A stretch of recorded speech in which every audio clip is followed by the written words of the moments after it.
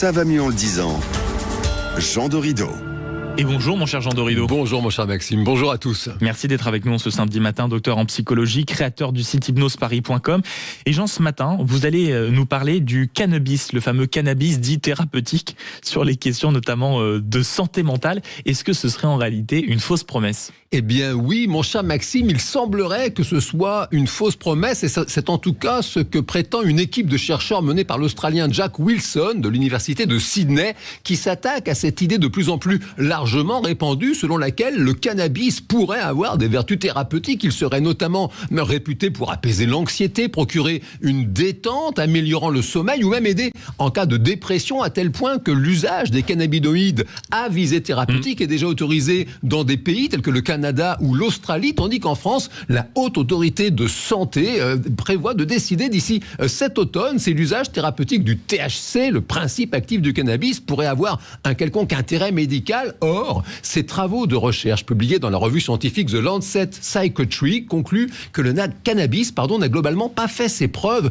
sur les questions de santé mentale. Pour arriver à cette conclusion, eh bien, ils ont repris l'analyse de 54 essais cliniques menés dans le monde entier depuis 1980 et les résultats sont sans appel, Maxime. Les chercheurs vont même jusqu'à dire que bien souvent, l'usage du cannabis à des fins thérapeutiques pourrait faire plus de mal que de bien. C'est un fait absolument essentiel à rappeler, surtout dans notre pays qui se place en champion d'Europe de la consommation de cette drogue. Des jeunes de plus en plus nombreux tombent dans le panneau d'un produit qu'ils essayent de plus en plus tôt, pensant qu'il les aidera à aller mieux, là où il ne fait en réalité qu'aggraver les problèmes, jusqu'à rajouter en plus bien souvent le piège de la dépendance. Écoutez typiquement le témoignage de Julien, 25 ans, qui a démarré le cannabis à 11 ans. À 11 ans.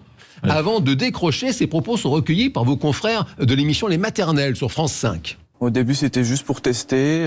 Puis après, j'ai vu que ça me faisait tourner la tête, ça me faisait oublier mes soucis. Et c'est une accoutumance qu'on ne voit pas forcément arriver, mais ça va super vite. Alors il y a quand même une énigme dans votre chronique, mon cher Jean, parce que si les effets ne sont justement pas positifs, comment se fait-il que tant de pays aient déjà autorisé l'usage du cannabis à des fins thérapeutiques ? Alors oui, très bonne question, mon cher Maxime, vous avez raison. En fait, le souci majeur repose sur la différence entre le court terme et le long terme, parce que le tétrahydrocannabinol, le fameux THC, est une molécule dont les effets immédiats sont observés par les cliniciens. Dans un premier temps, ils observent chez les usagers une réduction de l'anxiété ainsi que l'apparition d'une sensation de détente ou même d'euphorie, mais ces effets immédiats, eh bien, ils sont temporaires et transitoires. À la longue, il y a une accoutumance qui s'installe, le corps devient de plus en plus tolérant au produit, ce qui incite le sujet à augmenter les doses pour n'obtenir que des effets de plus en plus légers, et c'est à ce moment-là qu'apparaissent d'une part le symptôme de dépendance et d'autre part une augmentation de l'anxiété et de la dépression comme une espèce d'effet rebond, une altération également des fonctions cognitives, notamment la mémoire et l'attention, ainsi qu'une augmentation avérée et de mieux en mieux documentée des risques de psychose, notamment chez les sujets les plus jeunes et les plus vulnérables. Écoutez le témoignage du jeune Gaël qui raconte sur France Télévisions son parcours sur le sujet. Il démarre le cannabis alors qu'il est étudiant en classe préparatoire avant de sombrer dans l'addiction. Et je me dis, oh là là, ça y est, je suis bien avec moi-même. Je me dis que j'ai trouvé une sorte de médicament naturel à la solitude, à l'ennui. Je fumais joint sur joint, jusqu'à être à peu près à 8 ou 10 joints. La quantité est là quand même considérable, 8 à 10 par jour, c'est terrible. Mais qu'est-ce qu'il faut faire ? Est-ce que les pays qui autorisent l'usage thérapeutique du cannabis doivent désormais faire machine arrière avec ces avancées scientifiques ? Eh bien, disons que ce que concluent les chercheurs australiens, c'est que les données recueillies pour le moment dans ces 54 essais cliniques passés en revue sont trop faibles, en tout cas en termes de méthodologie, pour arrêter une décision définitive sur le sujet. Ils insistent sur la nécessité de nouvelles recherches, plus fiables, plus systématiques.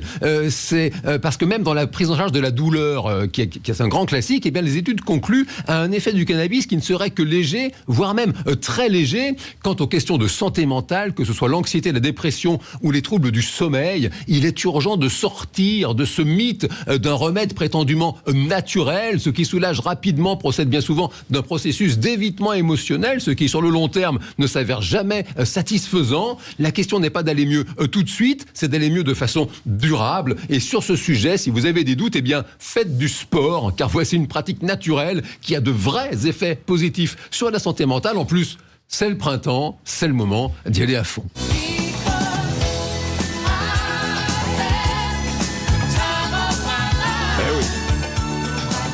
Voilà, il n'y a que Jean Dorido pour que, en ce samedi matin, on écoute tout d'un coup, comme ça, avant 8h30, un peu de Dirty Dancing. Merci beaucoup, mon cher Jean Dorido, d'avoir été avec nous. On vous retrouve naturellement la semaine prochaine. Et je rappelle votre dernier livre, publié chez Duno, Il y a de la magie en vous. Dans un instant.